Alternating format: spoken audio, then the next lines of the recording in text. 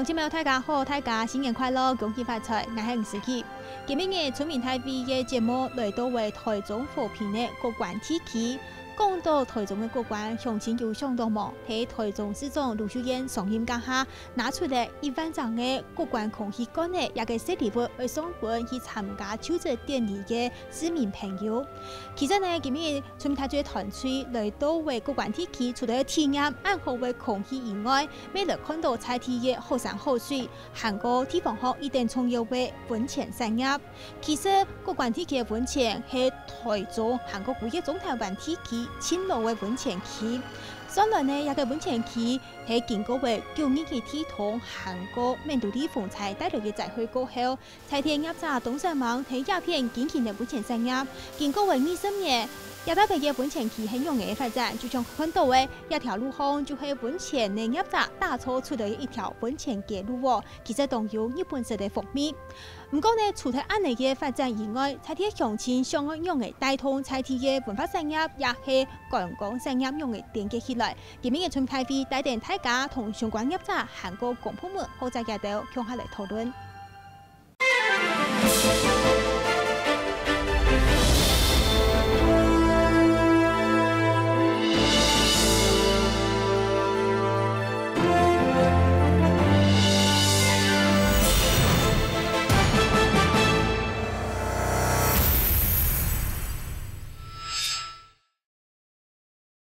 鄉親聽定鏡頭來到節目討論嘅現場，也鏡頭已經來到為國關鴉片嘅温泉公園哦。一大班呢鄉親都在看到順後呢就有台中嘅本人佔約嘅所在，民眾呢有限來到鴉片，就在當到前呢睇下佔約韓國看下安詳嘅太自然嘅環境。唔過今日嘅人來到鴉片，還有實際嚟討論菜地嘅温泉同一個相關嘅觀光產業，我用嚟帶動起來。故所聽定俾大家紹介今日來賓，頭位來賓。係三山國家風景區管理處的秘書吳建志吳秘書。各位電視機前的觀眾朋友，大家好。歡迎秘書，你請坐。聽今日來賓係台中市觀光旅遊局嘅專門委員曹仲友曹專委。各位鄉親，各位電視機前的觀眾，大家早。謝謝，歡迎專委。第三位來賓係和平區公所產業觀光科委科長林雪雲林科長。各位鄉親以及電視機前面的觀眾朋友，大家好。謝謝，歡迎科長。第四位來賓係朝陽科技大學有限事業管理嘅講師陳俊仁陳老師。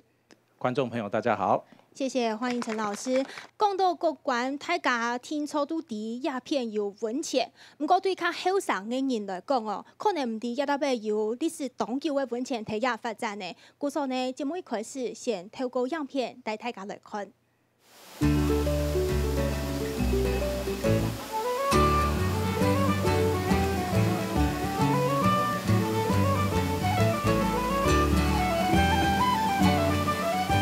温泉地圖向樹愛園刺菜找尋，70萬歲阿房梅少年來到禮拜做好部隊先下坐巴士來到國關進温泉。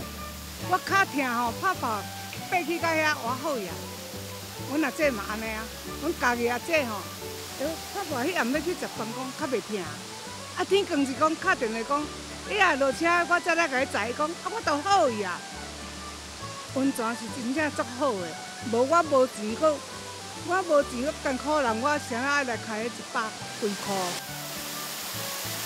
連接咗太急區嘅温泉，國家中橫公路開通，西對梨山去到花蓮，加東到東市嘅客人投資去觀光温泉盤點。國關嘅温泉業因此安尼一現，前回遷走些温泉盤點嘅業者，經過48年同43年200證件，檢房數就到153件，1到年來，但是到88年9年嘅鐵通同93年7年續在了後，中橫去梨山嘅交通團盤。勝利因此安尼總起來，到了幾年將開始慢慢轉好。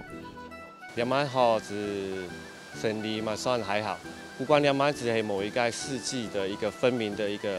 指標性。那如果在這邊有的話，吼，其實勝利安尼慢慢做上來。雖然呢幾年平常時就來帶人客全到三上年，業者還係無放棄，慢慢改造細心間來做出温泉嘅特色。另外一件网办系有许在同乐园写游客来饭店的3项相关改变。我们也规划过缆车的部分，就是从我们古关这边一直延伸到大雪山这一块，那包含说是我们自己乐园的再开发这一块，这些都是我们在评估当中的。我们也是希望是说来这边就是不是匆匆的，就是早上来泡个汤，下午就回去。又就讲温泉业嘅體驗喺度寒天，安用選擇遊客同唔係温泉季時，咪係去國關，美國關13間太細嘅温泉飯店，15年來挨件牙件做落去，3萬我用辦法改變嘅色彩。國關鴉片啊，做嚟講係總台灣青島嘅一個溫泉，現在呢，其他日本數位港下就由日本人睇下開發。不過現在睇鴉片會發現有溫泉，其實係人在地嘅原住民朋友嚟發現到嘅。韓國現在公司睇日本時代本人發現到本人睇公司開發出來，韓國佢係南外名嘅很多名次溫泉。現在呢，鴉片嘅溫泉的泉質跟其他地方其實是有一些區隔的，所以其實吸引了很多的總部地區然後也係國台灣地區的民眾嚟到鴉片浸溫泉。不過剛剛樣片地圖沒有看到啊，其實頭擺有一朵位董事的行業，東勢的客家人來到這邊開發。那現在在地其實還有很多的溫泉業者，等於說這邊呢，雖然是原民部落，可是有很多的族群在這邊開發，可以說是多元族群融合的一個小社區，大家都在這邊各自的努力，為自己的溫泉產業或是觀光產業也好，一起來打拼。不過下一步嘅哦，談到國關，可能會一下子就會聯想到我們的台中新市長盧市長上任的時候，他立刻就拿出了古關空氣這樣的空氣瓶，要送給我們來參加他的就職典禮啊，或是來參加他們就職典禮的朋友，這樣子的一個禮物。今天呢，我們台中市政府觀旅局的專委來到現場。我想這個古關空氣，不論是市長在上任的時候這樣送出來，我想在我們台灣這個整體來說，是創造了話題，也讓大家更認識古關，對不對？贈送古關的空氣給市民朋友，一方面是宣示他要把台中的空氣。從此變得跟古關一樣哦，那麼清新，那麼乾淨，那麼養生。他之前在競選之前也來過古關幾次的哦，他覺得我們這個古關是百年溫泉，那非常有名。但是因為921之後哈，可能大家都誤會了，誤會說古關的路不通，那古關有什麼問題？其實沒有，他借此機會哦。來重新告訴全國的民眾哦，古關其實路很通，那溫泉很棒，空氣很清新，那離山下的水果更好吃，所以大家多來古關。達坤主席，你可以跟我們簡單的介紹一下我們過去這個，因為我們大家都說古關是我們中台灣中部歷史最悠久的溫泉，那確實是這樣嗎？那跟我們的一些文化有什麼樣子的連結？你可以來跟我們說明嗎？主持人，而且現場的各位貴賓跟電視機的觀眾朋友。大家好，羅家察過啦。剛才主持人所提到的這個部分，當然跟我們原住民，我們是在這邊原鄉，我的祖先在這100多年了。對。那麼對古關溫泉，就是第一個非常有印象的。我從小一直到國小，我們每天去泡溫泉。以前是沒有溫泉業者，都在河床。是。所以在古關來講，給我的記憶。甚至我們很多遊客來到關，第一個想到我們的古關溫泉，為什麼號稱為明治溫泉，一定是最棒的溫泉？那麼跟我們文化有什麼息息相關？很可惜。那麼經過幾十年來，在這邊古關所呈現的都是大概漢人的文化，比方有特殊的慶典也好，活動也好，原民文化的呈現非常的少。對，可能是點綴式的，可能這個部分古關溫泉業者跟相關的單位。能夠更提升，將我們原民文化在地的文化能夠呈現，讓外來的遊客能夠感受到什麼叫做在地的文化，對古關的發展是有助益。謝謝。謝謝，好，謝謝主席。剛剛大家有提到，其實古關在過去，它之前其實是可以說是在中部地區數一數二的觀光勝地跟觀光景點吶。不僅這邊有溫泉，那這邊有非常多的好山好水的自然的環境，可以讓大家來這邊看。那由於呢，古關它其實就在我們的中橫这条路上面。那中横也就是他所说的台八线。那目前这条台八线，它是从东势谷关一直到梨山。那过去呢，它其实是可以从梨山直接到花莲去的。那因为大家所说到9月大地震之后，其实我们的中横公路谷关一直到德基这边，其实现在我们有所谓的上线跟下线通跟不通的问题，也就是因为这样子造就了我们梨山还有我们中横。就是中横的一个这个谷关这个点，其实那个观光产业还有观光人数的影响都非常的大。那实际的感受怎么样？我想业者朋友他们待会一定会有更多的想法要跟大家讲。那我一开始呢，其实我想要先请教一下我们的33处的秘书。我们刚刚有说到，就是这条中横公路对于我们谷关也好，或是梨山也好，我们这样观光产业的影响，因为我们33处其实在谷关还有梨山都各设有一个游客服务中心嘛，在这边也属于我们的33处的管辖范围之内。你们怎么来看说这一条道路的通跟不通，是不是真的影响到我们在地的主要的观光产业？那也跟各位报告，其实在市府跟大家的一个努力之下哈，那个青山的部分哈，其实它现在已经有局部的一个开通哈，就是跟丰客的 DRTS 一个结合，它用预约制的方式，其实现在已经可以通到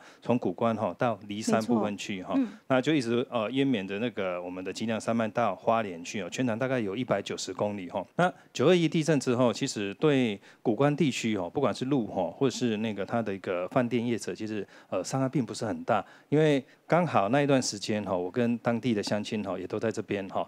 那一段时间其实说真的哈，真的算是比较刻苦在经营哈。那时候发现其实饭店业者的人哈还比那个游客来的多，所以可以说大家是撑过来那一段低潮期，我们现在就是稳住根基，继续在这边。是没错，所以其实从一开始的时候真的是比较惨淡经营的部分，到现在就我们所知道，它大概游客人数哈都已经大概1年可以有突破100万以上了哈，这是比较保守的一个估计。谢谢秘书。刚刚大家也提到说，其实我们现在谷关或是梨山这边，我们整体的观光产业是有越来越好的情况。不过，是不是还有少部分或是有部分的社会大众对于谷关这边还是不够了解，认为说这边好像已经不存在，然后或是我们地震之后或是水灾之后我们就进不来，这样子的观念是不是已经是不对的了？我们大家对于这边的错误印象，其实我们借由办活动的行销，那我们活动游客的参与，来这边之后，大家会知道，这边的交通是非常畅通的。回去他会告诉他的亲朋好友说，没啊，现在去谷关很方便呢，公车好多个路线都可以到达，自己开车从市区到谷关也不过一个90分钟以内，1个半小时就可以到了。对，所以我们借由活动的办理，已经让大家已经看得到我们谷关温泉了。那当然，大家进来参与，就会把交通的错误的印象整体的做改观。刚刚我们就是今天的贵宾跟我们介绍了那么多，我想实际我们要请现场的温泉业者跟观光业者来讲，他们这几年来在地方上努力的经营，这20年来。921之后将近要20年了，这20年他们是怎么在地方上努力打拼，然后他们又怎么样要改变过去或是大家对他们的印象，我想他们一定有很多的意见或是想法要跟大家来说。那我现在就把时间开放给现场的温泉业者跟在地的乡亲，如果想要发言的话，请举手好吗？我们谷关的业者这个经历过921还有72水灾，那确实这个是一个非常两段式的一个伤害。那当然，20年来，从921到现在大概20年了。对，20年。那实际上外界可能误以为是921重创谷关，其实倒不是这样子。我跟我们这个电视前的观众报告哈，其实921影响谷关只有1年的時間，15年前的72水灾那一次才是真正的影响谷关最严重。好，那时候因为这个所谓的这个砂石淤积呢，有很多这个。有的时候那个路会断掉，所以说呢，那个只是短暂的断掉。那消费者一听到这个电视广播谷关又不通了，那实际上他有时候在报的时候是上谷关那一段，也是青山那一段，并不是在讲谷关。所以北部的消费者，我们去旅展的时候，常常讲说，你们谷关不通，你们还在旅展卖什么券？这个是我们很大的一个困扰。所以我们这也透过这次的机会来跟我们的这个全国的观众讲，其实谷关的交通从921之后1年其实都是好的，反而更好，整个环境的。因为这个公路段呢，针对排华线的这个维护，它是国道，所以说他们的这个所谓的整修的一个速度非常快啊，所以说各位来谷关其实非常放心，一路畅通到谷关啊。谢谢理事长，你请坐。那还有我们在地的乡亲要发表意见的吗？请举手。好，这位先生。93年的72水灾，那是闽都历台风的时候，那个强风大雨，冲刷了很多那个土石流。这个的时间点才是严重影响谷关的旅游生态。是。原本那段时间，台八线谷关到梨山也预计在7月1号的时候要通。对。但是呢，当初的我们那个交通部部长003部长去考察，6月底去考察的时候，半路又有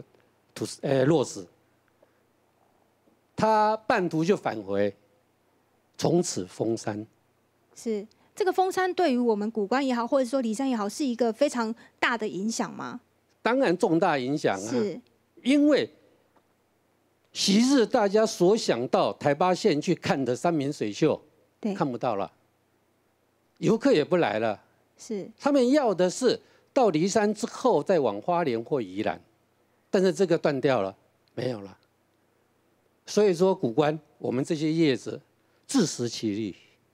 因为谷关它只是个中继站，对，它不是终点站，是。但是目前为止，南北旅客只要进来谷关，他认为都是终点站。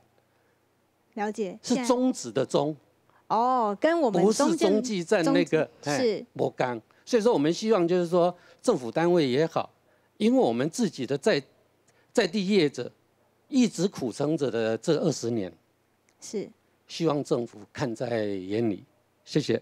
感谢这位先生，您请坐。那还有乡亲要发表意见的吗？来，这位先生。我认为谷关现在破除这个路不通的一个概念，就是153公车跟850这个公车，这个市政府对谷关我认为实在是帮忙真的很大。以前在台中县政府那个时代，一天的公车好像不知道只有几班车而已，然后票价从台中火车站来往返台中、往返谷关要大概将近300块，是，行车的时间大概要将近3个小时。现在的153从乌日高铁站来到谷关，1个小时40分钟左右，票价是60块。是。平日1个小时一班，假日半个小时就一班。所以我一直认为说，这个是一个很好的一个对谷关的一个行销的一个政策。我希望公部门这边应该要持续的再加强这个力道。公车都能走的路，怎么会路还不通呢？是不是这个概念要再尽量把它去宣传，而且行车的时间也缩短，票价也减少了。好，那这个实在是我认为刚刚大家在讲的这个谷关的一个游客数有成长，我认为这个是我个人认为这个是到目前为止公车带来的效益。那我想问一下先生，您认为我们谷关这个地方的交通这个部分，可能过去在媒体的报道上会让大家有所误会，那会不会也是我们的台湾的居民，我们的民众可能也不了解，说他也不是在地，他怎么知道说上谷关跟我们谷关地区是怎么区分？所以很容易会有一个大众的观念，一讲到谷关就会知道是这边路不通，因为大家不知道嘛。不管是在地业者或者是公部门，大家应该要努力把这种形象，就是说路不通，因为台八线是省道，没错，省道公路段不管只要任何状况，公部门一定会马上排除掉，没错。这个是很重要的一点，对。成也交通，败也交通吗？我想请问一下陈老师，您在地也有一些过去有经营温泉业的这样子的经历，那您现在再到学术界去后，您依旧也是觉得说交通依旧是我们谷关地区的重要的关键吗？是的，刚刚有提到其实是7.2水灾所造成的。那因为这样子的话，其实大家之前都有一直在探讨说，要让它，因为我们要靠中横。那现在我们应该有一个思考点，就是说，我们本来是以刚刚讲的中继站，是，那现在是不是以一个那个终点站的那个定点的来做开发？那这个可能是以后这个业者还有这个公部门要去思考的方向。谢谢。谷关是我们台八线的中间站的中继。现在呢，如果我们把它换成刚刚大家有提到，如果是终点这个中继站，我们有没有别的方式，或是更多的期待在地方上来经营呢？我们再透过一段影片继续来讨论。中原巴士慢慢驶过关机站，但今日3月10团施工，在中环公路经过10万年用户了后，到1807年11月中将开放是载旅客上去梨山的中原巴士。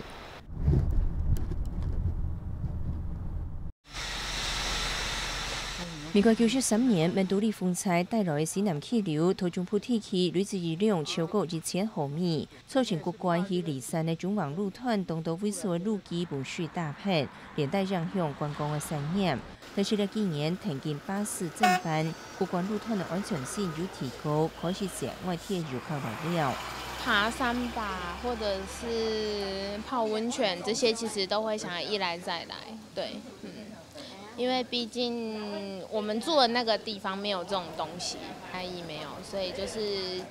最近就是来这边嘛。另外，谷关太适合国内的游客，近期无去谷关老了的游客之讲，谷关有登山客条件的少来铺头，未就适合一般游客的八仙山山南游乐区，那些规划适合的旅行路线，是本国较多年的。觉得没有在广告，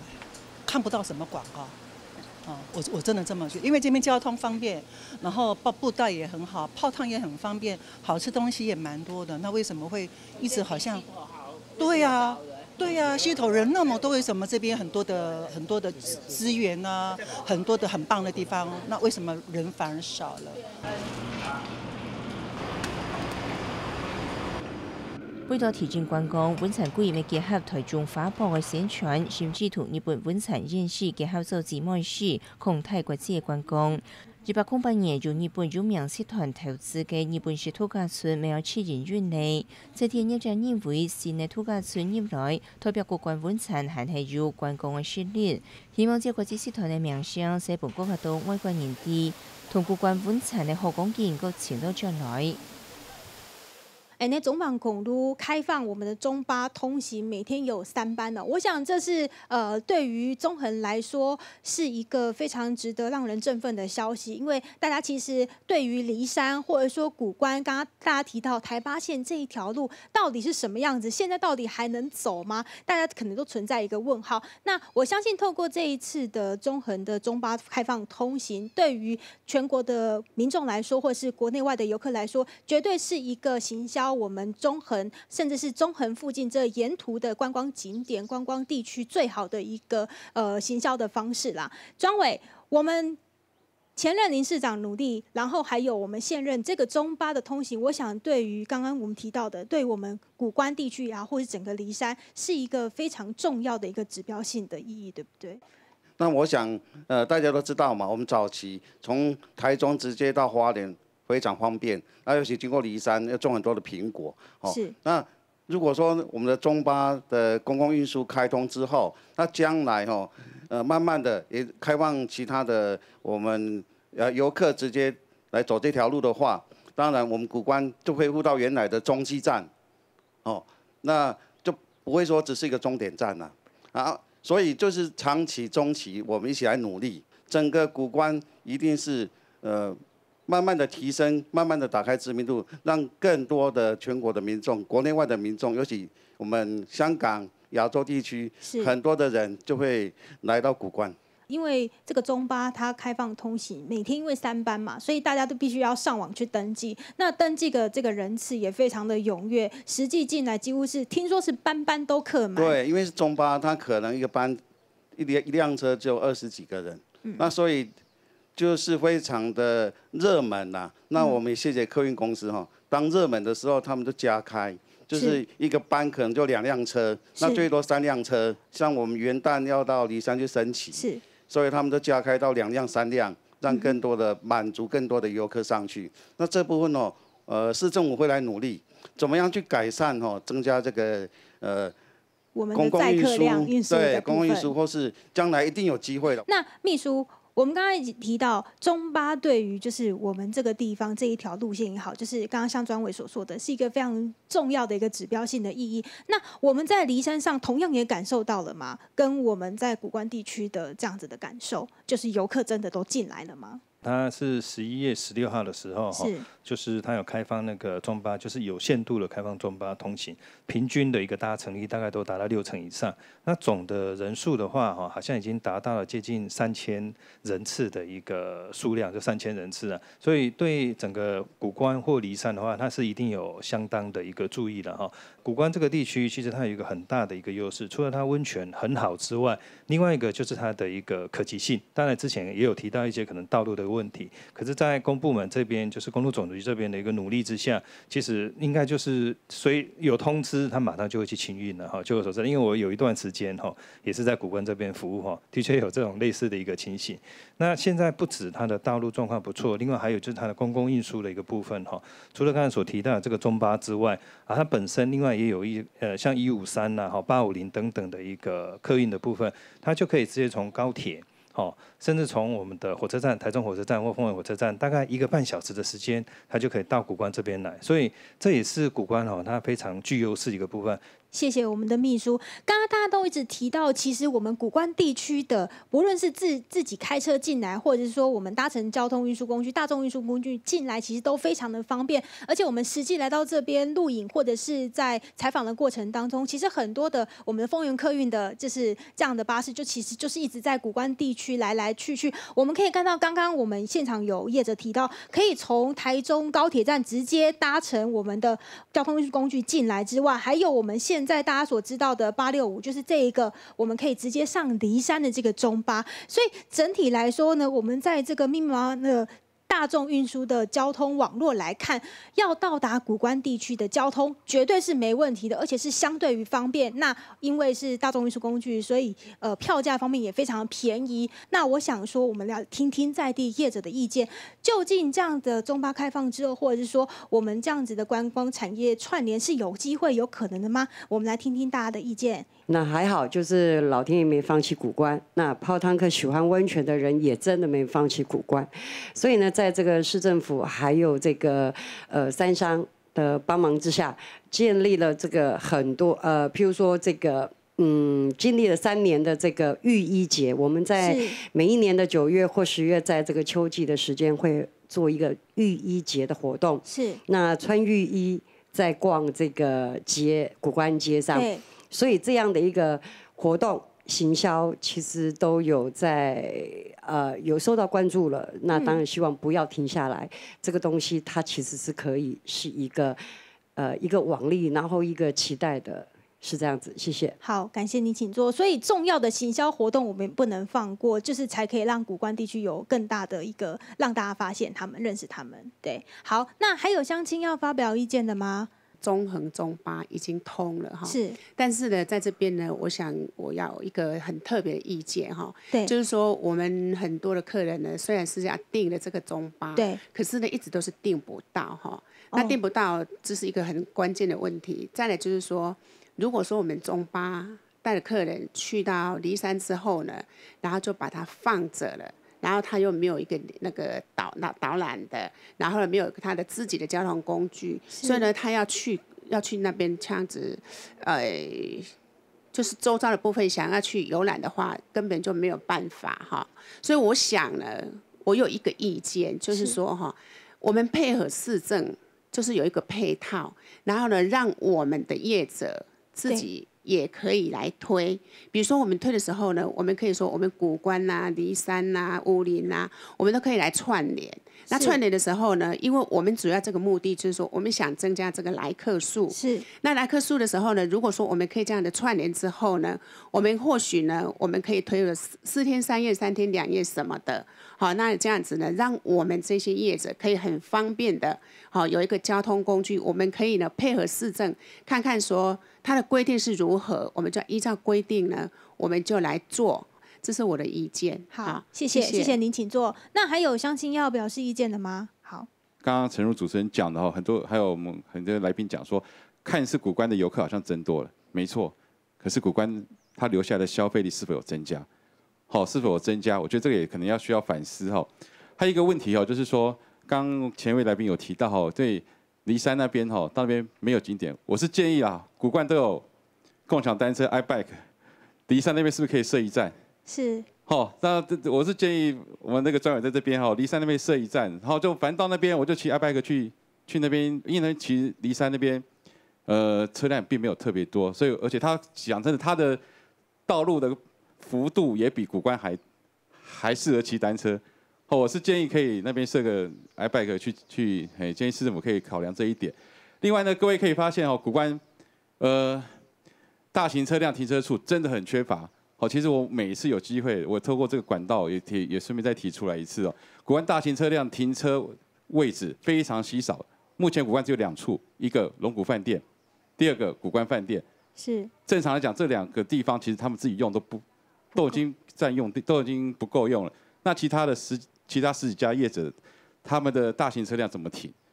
大型车辆怎么停？的确没错，古关有2个停车场，一个是龙谷的停车场，一个是立体停车场。都是不会停小车，跟大型车辆呢，所以我们可以发现古关很可怜，尤其是古关的丰原客运的司机很可怜，他们车辆要停在山坡里面，要停到道路旁边，其实相对危险，有危险。所以我说趁这个机会呢，也希望能够公部门能够试着帮忙想想办法。谢谢您，请坐。那还有其他我们周边的朋友要发表意见的吗？好像有从松鹤部落来的朋友嘛，对不对？我想说第一点的部分，我认为最重要的就是说旅游。交通第一要弄好。我现在讲，刚才我们讲说中巴，中巴的部分为什么中巴？那大型的游览车为什么不能通行？是因为中横它产生一个问题，我们现在是下线的部分，没错，下线打通了，但是它是替代道路，所以我在这里第一个建言就是说请交通部的部分把我们中横旧有中横的部分打通，那个就是上线。对，上线打通了以后，恢复中横台8线的规格。是，刚才讲大型的游览车就有资格从这里通行上去。是，旅游交通不通，交通受限，说实在的，就在这里大打折扣。所以我第2点的部分，我建议的就是说，希望我们和平区公所、台中市市政府可以把我们古关，包括和平区。刚才有我们乡亲提过，从东市的一个起点，一直到我们武林农场，因为它是在我们和平区的范围，对，不可以去规划设计，做成一个旅游体验动线？是这个旅游体验动线的话，就像刚才讲的，我们业者可以来做一个规划，这个动线里头包括导览解说员，而不是中巴通到梨山了以后。他们下来走一走，就是在那个附近走一走而已。对，我们这里有很多值得游客来自己体验的，请我们市政府以及我们区公所做旅游体验动线规划。是。第3点，我的建言就是说恢复龙谷瀑布，因为这一个点它的瀑布的水量说实在的，在之前有很多的游客都一直很怀念。让他们可以再走怀念，去看看这个古关的瀑布。我想说这个是非常的重要。那我现在就先针对刚刚我们4位我们的乡亲跟业者我们所发表的意见我想问一下庄委，刚刚大家提到我们有中巴了还不够，我们可以透过什么样子的加值服务，或者说像他们讲的导览甚至是更长路线的串联，这个是有机会来做讨论的吗？但是现在牵涉的问题就是，我们公路局公务段它一些安全的问题所以它变成说它只是分时段，然后大家必要的时候走这条路嘛下线这条路。那现在是公共运输嘛，那如果要开放旅游业者以中巴的方式带大家从古关一直到梨山到武陵去体验，这非常好，以旅游的观点非常好。因为我想交通部这边会整体的安全的考量现在公共运输的中巴之后，那是不是开放业者以中巴的方式带游客上去我想他们检讨之后会整个来针对观光跟交通部分来考量，我想是有机会的啦。那之后如果是业者他们自己想要用自己饭店的车，或者是我们自己想办法几个业者，我们自己找一个中巴也好，那有办法透过民间跟我们的客运业者合作吗？还是都得透过市府来做一个签约会比较好？我想因为这个部分就是我们公务段，古关公务段，就是我们公路局这边在管制。是。那我想我们市政府包括我们的交通单位啊，我们观光单位会跟中央跟业者一起来协调，开检讨会，然后针对是不是开放民间的中巴旅游业者的中巴一起来通行我想这个检讨之后，大家会以安全的考量来评估。所以安全还是第一啦，因为毕竟这条路线还是有一些需要安全的顾虑。是。好，谢谢庄委。秘书，我们实际来看，因为这条路线，想当然是市府当初在公务局处这边，我们在做很多的努力。但我们三处这边有办法从观光的角度给予他们更多的挹注吗？或者是说，刚刚他们一直有提到，我们游客到了梨山之后，我们游客要怎么样子去通行，或者说我们要怎么样去认识那个地方？我们有导览人员在山上吗？或者说我们可以怎么样子协助？我们的2个游客中心，就刚才主持人有提到的就是我们这边的古关游客中心，那以及梨山我们的梨山游客中心的话，其实我们都有全年不间断的一个解说服务。大概早上到下午大概5点多左右大概你到我们的游客中心有看到一个 I 的一个标志，黄色的标志的话，那都是可以提供相关免费的一个咨询跟服务的一个部分。刚才另外主持人有提到了就是到了我们的梨山之后，就是希望说可以梨山有公车大众运输系统可以到武林农场，这部分其实是已经有了每年大概都有班车可以到武林农场，包括马上春节过后春节这段期间的一个武林非常夯的我们的一个赏樱季大概都有一个武林的一个专车。那福和山农场这一段就是后来我们跟市府这边请教的，发现其实这一段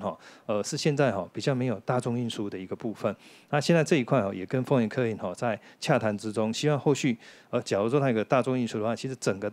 梨山的一个大众运输系统就会比较完整一点。老师刚刚听了我们市府跟三处还有居民的一些建议，那您怎么看？第一，他们说希望可以在这条路线上我们通了，可以很不错。那我们接下来加强的部分，您觉得这是有需要的吗？还有我们到了梨山上面去之后，我们应该要怎么样子可以协助游客？那其实刚刚有讲到他那个公车，它可以开到2班、3班，那是否可以开放一班，说让这边的业者他的旅客去做登记，那可以跟散客去做分开。那这样子的话，业者他就可以去配套那个套装的行程。对。那他可以来这边，然后他可以上去。那甚至他可以有人带他们上去，跟着上去这样子。那导览一个下来之后，那或者是从那个山下的话，可以有那个观光巴士是套装行程可以去做上去的。这样子或许说可以解决刚刚目前所讲的话，这个困境，因为刚刚那个庄委他有提到了，他可以派到2班、3班，那可以开放给我们业者有专门的，比如说1班或2班去做登记。那其他原来的那一半就等于说散客或原来的居民，他就来这样子，是否可以这样子暂时解决？那我们在地又有什么样子的资源还可以再做运用呢？看一下样片，再过来讨论。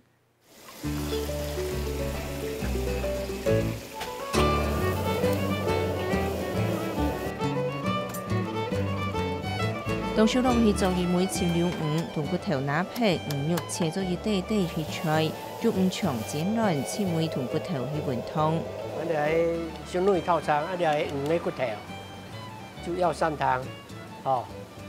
哋放喺5個肉菜，我哋放喺長剪爛。套餐都送2項菜，山椒肉、梨山高麗菜。本來同本產判店做政府嘅東西抗議前富強。民國69年做自家店面，用客家口味料理為主，透過觀音及中網開通，觀光前往的時節生意十分好。那這一家店的它的餐蠻有特色，它客家菜嘛，對，非常有特色。生意較好咧，人較貴多咧，按布條較多啊，按布條較有人。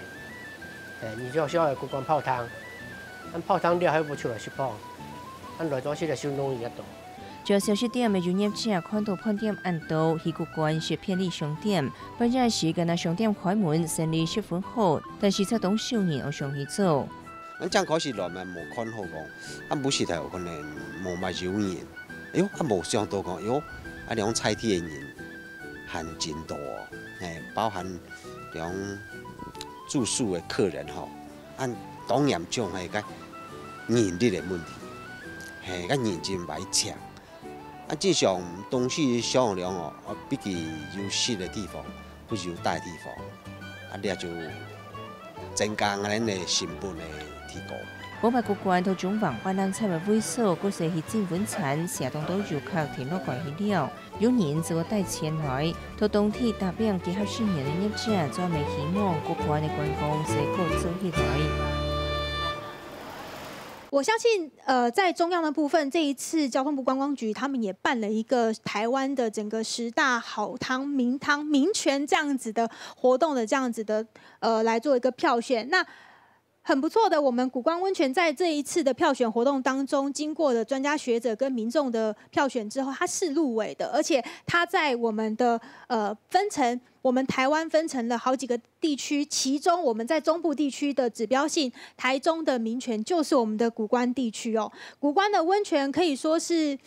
在台湾也好，或者是说在国外的观光客也好，其实真的是已经是享誉国际，因为历史真的是已经很悠久了。不过刚刚大家提到的，因为我们有交通的问题、观光的问题，所以才会有这样子的衍生出来，大家想要更好。那我想要请教一下秘书，我们观光局在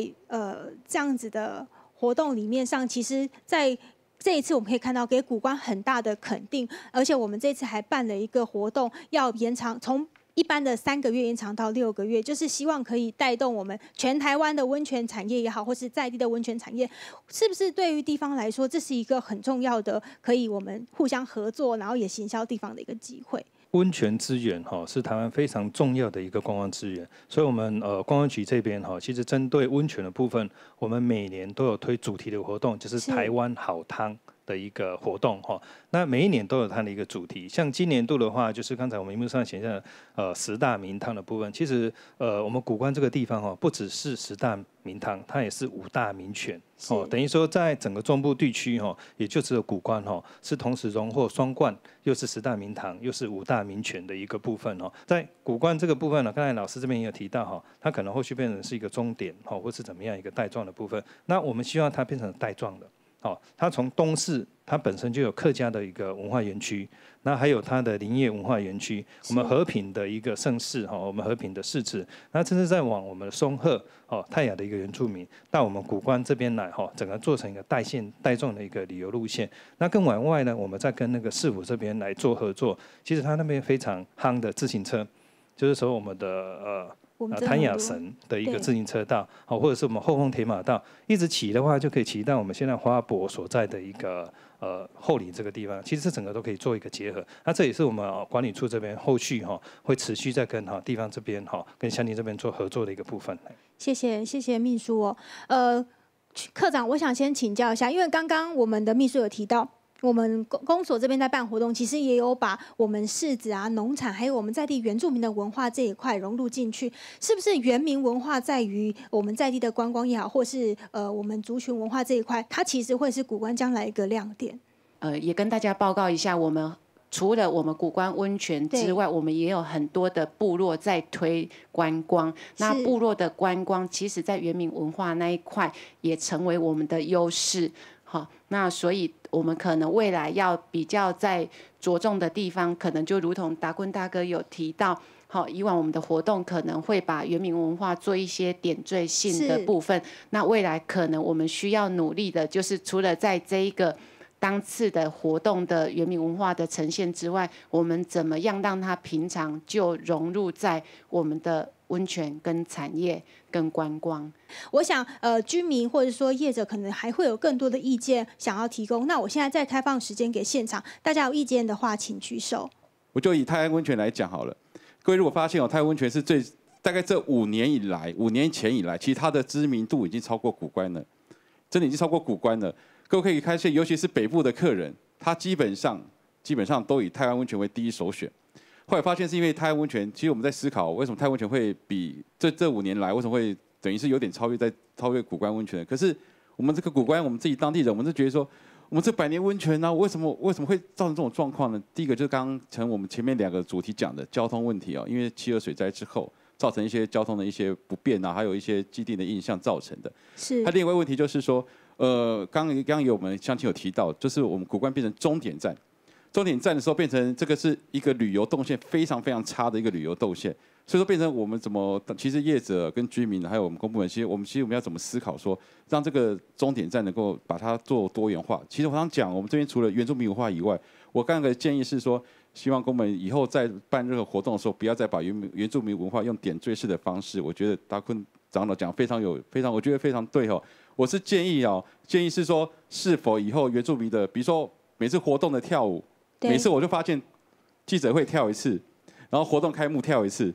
这样子就没有了。可是我们当地明明就有我们原住民同胞会跳的，为什么不能找他们把它延续下去呢？会不会做个一系列的，第一个让当地原住民我们同胞有工作，对，他有一个发展的有一个可以他比较展现他特色的舞台，是，我就建议说是否以后可以朝这个方向去走，这样才可以把我们当地的年轻人留下来，留下来把这个文化能够传承下去。而且我们古关还有一个，我们有眷村的美食。我们有眷村特色的美食，我们还有客家美食，我们还有新住民的美食。其实古关是非常多元化的地方，其实应该是有很好的发展的契机的。所以说希望是说我们大家也是能够共同努力，把古关呢，我们不要再让北部客人第一个想到就是泰安了。我们应该让他第一个还是一样，我们古关还是东部最好的温泉。以上谢谢。谢谢。那还有乡亲要发表意见的吗？来，这位小姐。我想说，这几年来啊，尤其特别是在前3年啊，我们古关地区的业者，我相信只要有办活动，大家的参与度，特别是前3年的那个浴衣节，而跟这几年在跟国外地节的那个同盟，日本地节。有好事这一些姐妹汤的之下，我想都已经把我们古关已经它的知名度给打响了，也在去年更要于说来排行的前3名了。我想这是我们所有业者共同努力的一个结果。但是有一个很重要的一个问题是，可能市府跟我们业者大家很努力，但是外面的民众没有听到。甚至于可能知道活动的时候，可能就是在活动之前的那么一刹那，可能借由我们新闻记者这些的一个点缀式，但是那个力道性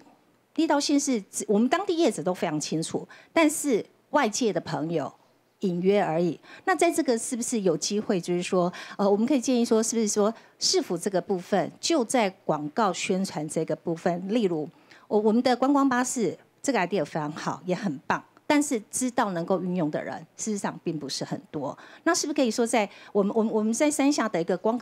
告招牌这个部分，可以定点是当活动之前来说，帮我们这些业者来做一些宣传，做一些广告，把我们古关的好山，然后甚至我们有这么棒的那个赛德克巴莱的郑老师的那个工作室，然后我们少来步道等等这一些，把它做成一个很美的，相对的也可以。借由这些文宣哈，把他们甚至要自由行，不需要靠他们自己的一个自行工具，借由说官方这边的观光巴士能够达到说半日游、1日游，那我相信能够对我们业者会有更大的帮助。那还有乡亲要发表意见的吗？主席这边还有要补充的吗？刚才也提到要结合在地的文化以我个人的观点是真的我们这边属于原乡，对如果要让很多的游客来到古关，当然第一个在原乡地区都要呈现我刚才所提到的这原乡的在地的文化，或者农特产品，或者部落市集，或者生态导览。我想这个对游客来讲非常有吸引力。如果能结合这3个部落，那么我在这里再拜托我们行政部门跟我们观光的这些饭店业者，能够结合来做一个整体的规划，让我们这3个部落能够有固定式的这些部落市集也好，或者文化展示也好，我想更能够长远对原住民部落的族群的经济发展有帮助，而且更能吸引更多的游客来到古关。这是我一点建议跟拜托，谢谢。我们原民文化要怎么样子去加入？大家有什么意见吗？还是理事长您这边还有别的行销的部分要吗？那我们也看到很多日本那种先进的温泉区其实他们也是终点型的，但是呢，他们会去找出他们的一个特殊的。我们刚才讲说我们的原民文化在古关，那我所看到的是通通是商业性的活动，商业性的表演，这是我比较失望的。我希望说我们原民文化是文化性的表演，我们也展现出我们就是在地的原住民文化是生活给游客看，而不是表演。原民文化在古关，我们希望是常态性的、祭典性的来表演。那我想我们这个温泉协会可能刚好我们跟我们打困有这个构想的话，我想我们很愿意来业者来协助配合他们来做。那当然我们也希望这种原民会或我们山商、我们台中市政府能够来协助哈，我们也协助我们原住民在当地。我们这个所谓的温泉乡有他们的原住民的一个文化的一个展现，这是未来我们的努力的目标啊！谢谢。我可以最后请教我们的专委，大家对于这个地方，我们古关不仅是要推温泉，我们温泉还要跟各地的我们附近的文化串联。我们之后，因为我们现在新的团队上任了嘛，我们可以怎么样子给他们一个比较长远的规划或是想象给他们吗？我想刚刚很多业者都讲得很好了。是。那我想，因为温泉区很多，那我们现在除了提升它的国际知名度或是国内知名度之外，我们来塑造古关的特色。除了温泉之外，我们结合美食啊，刚才讲了很多美食还有我们的原住民文化，来凸显除了温泉之外除了空气之外，它有更吸引人的特色，来跟其他温泉区差异化。我觉得这个很好。那因为这是跨部门一个横向、直向的一个整合跟协调，我想努力的空间还很多啦。但是我是觉得这很好的方向。那业者也讲出在地的心声我觉得这个是很棒的一件事情。那我们可能就新政府上任嘛，我们就赶快来召开一些跨部门、跨界的一个整合的一个协调会，然后一步一步来做啦。我们还是要分短、中、长程一起来做。我想这个大家一起来合作，从明年就开始来做，大家来规划。谢谢庄委老师。最后请教，其实我们过年完马上就要迎接，就是我们接下来的赏樱的观光盛季。基本上我们到时候这边整个山上都是充满着游客的。那这些游客有办法从山上下到古关来吗？或者说像刚刚业者所提到的，我们有办法自己先在地串联，先把我们在地的运用在地的文化，把我们这边的观光的范围跟那个面向扩大之后，我们再来谈之后的。那其实刚刚讲的像古关七雄，其实我们可以一年四季由